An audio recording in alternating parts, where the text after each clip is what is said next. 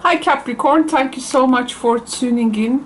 Welcome to Tarot Solar Sun Studio. I am Karo and we are reading for the end of May 2025.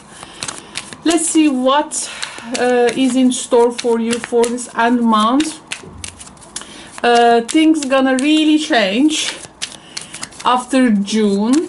And actually it has started to change already with some also planetary moves, and throughout the May this is also this also continues, but let's check before June. Let's check the end of May. Thank you for your patience, Capricorn. Now I'm gonna get the cards out.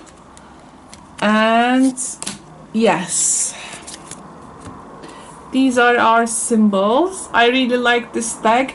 I was using it usually for clarifications, this deck, but now I wanted to honor it, and I decided to use it for a whole series, and I hope you will enjoy me as much as you will enjoy the cards. You will enjoy me. You will enjoy my presentation too, and as much as the cards too. Okay, so what we have here, we have the letter, this is the Cupids, the sun, the moon, the sun and the moon, there you go, and the birds. Before you, I was performing for Leo, and they got also the cat and the dog, like two polarities, and now you have also another polarity here. I like this type of finding these archetypes in the readings, because for me this is like a super meaningful, not just energetically, but just I see it also like quite magic in the cards. Okay, so it's very obvious that you have a message, right? So there is some or it can be a spoken confession as well, because we have the birds mirroring here. There can be some confession there, or someone is like okay, texting you, but this is something that is need to be said, and a particular truth want to get into form. Okay, a truth wants form here, and I think this is the steering moment before the words leave the heart, and as the turning point energy, Amor telling me that the feeling, the letter, the words, the truth is piercing the heart, so it really lands to a person's heart, and the timing I think is very strange, though it may feel very synchronistic to you by the end of May. And well, the words are not, I think, logical. There is really this is really some type of a soul pull energy, and we see something is rising from its buried place, and this is something we cannot ignore, as it is bright in our day, but also with the moon making our nights quite reflective, right? So pretty much this is a revelation by the end of May. It brings joy, it brings vitality and clarity, and maybe by the time some mutual understanding can also take place between you and this person. It can be also quite a creative awakening for some of you, by the way, because whatever is revealed, there is some, the sun is life, so there is a life affirming about this thing. Even sometimes, you know, the truth can be quite scary, I must admit, but the truth comes with warmth, okay, not distraction. However, it's, the moon is like, it's not that simple. So this is the depth of your message and this communication. And also I think it's a delicate point. The moon energy, I feel always very delicate, very vulnerable. And this can be sometimes, despite the clarity, like those what ifs, you know, during the night, and sometimes the emotional cost of things, like, okay, it's that feeling, you know, have I like spoke too much, like too much exposure, and how it sometimes makes us uncomfortable, right? It's like the extrovertism and the introvertism. So so there can be that fear of being too exposed as well, because later some things kick in when the moon is in. It kicks in the anxiety, a fear, if I'm, you know, being misunderstood, or there can be this tendency to idolize the situation. Emotions can run wild, and it may be very hard to explain, but they are, like, I think, impossible to ignore. So I think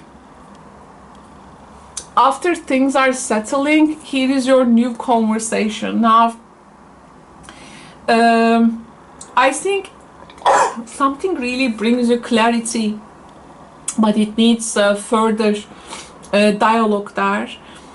What has come out is quite vulnerable,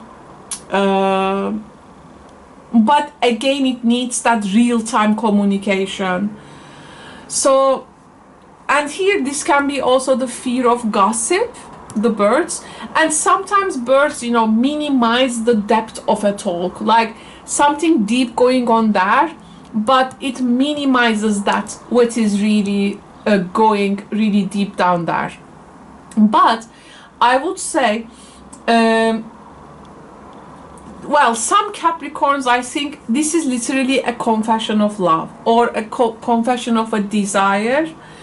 It is definitely exposing the deep truth, but there is also the energy of fear of being seen, and then minimizing it, the birds.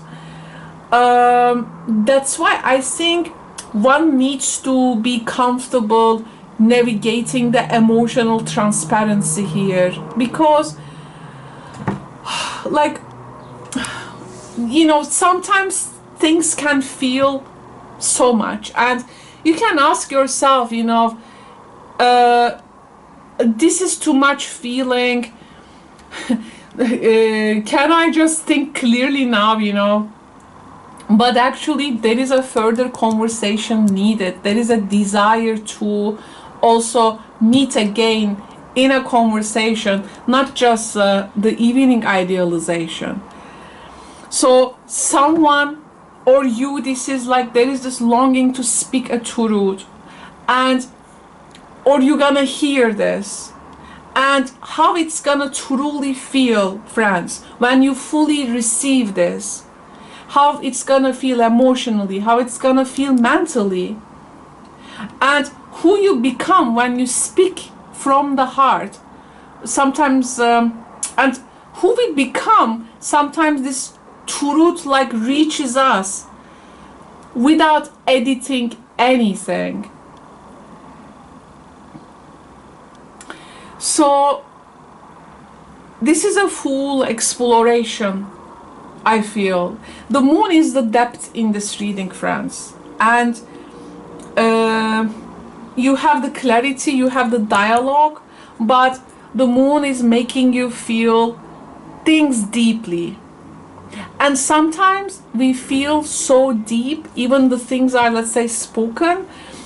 There are further things that we keep ourselves sometimes to voice, you know. Some things, they stay in us, they become very fragile. They are beautiful but quite unstable with the moon. So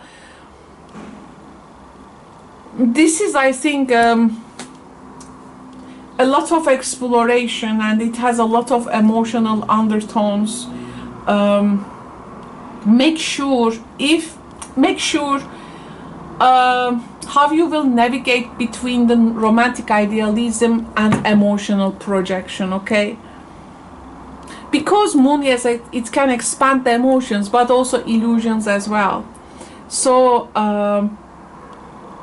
let the feelings expand, but not if something feels illusionary, please don't keep yourself to the illusion. Though if it becomes illusionary, I think this is also something divine, because this is a sign when we yearn for that idealized version of love, right? We actually crave and yearn for that connection, that emotional safety. And actually there is still some beauty there, some vulnerability, also disappointment. So what we feel here, is it matching the reality, or what is real? Okay, these topics I think will be under your radar. And sometimes, you know, this can be your own feelings. It may feel so huge by this end of May. You may ask yourself if this is towards a person, especially if, you know, this is mutual, or am I like imagining much, you know, am I seeing this person really clearly, or do I see what I want to see? Sometimes may come through, and when we go with these thoughts and talk the birds, then we go that, or like the moon and the birds, the fear of emotional also exposure, the letter and the heart, you know. But, you know, I think you're gonna go for the echo, you know, you will try to hear that echo.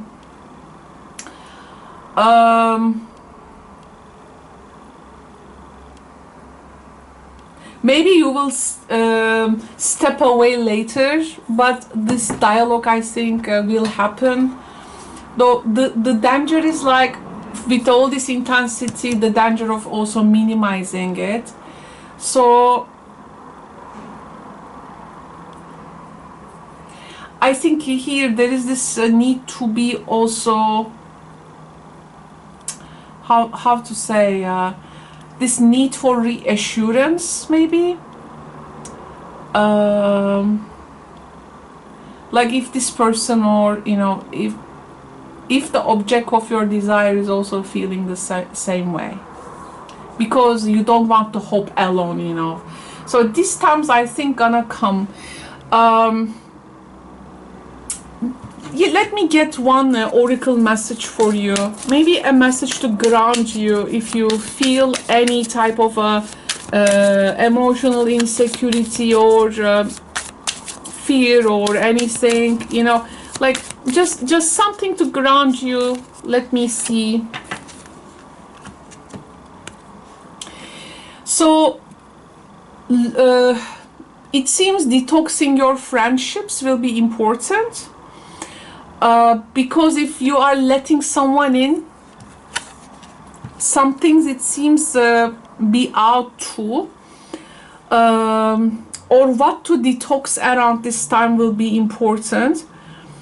Your abundance flow is being affected by the people with whom you are spending time, so be discerning about your associations and relationships. Choose to be with people who are inspiring, generous and supportive. Please make sure this story you have with this person also is something, is it detox, okay? Is it something you need to include in that genuine part of your life, or is it something you need to detoxify, let's say. Okay, so this comes here with some message as well. Thank you so much, Capricorn. I hope you enjoyed my presentation with these cards, and I will speak to you soon in the next readings. If you have a personal tarot question, you can find me in my live streams called Karo is Answering Your Tarot Questions. When you come to those streams, we can do also one-on-one session too. If you are new to my channel, check the description box below to see how we operate things in our channel. And sending so much love to you, Capricorn. Take care and bye for now.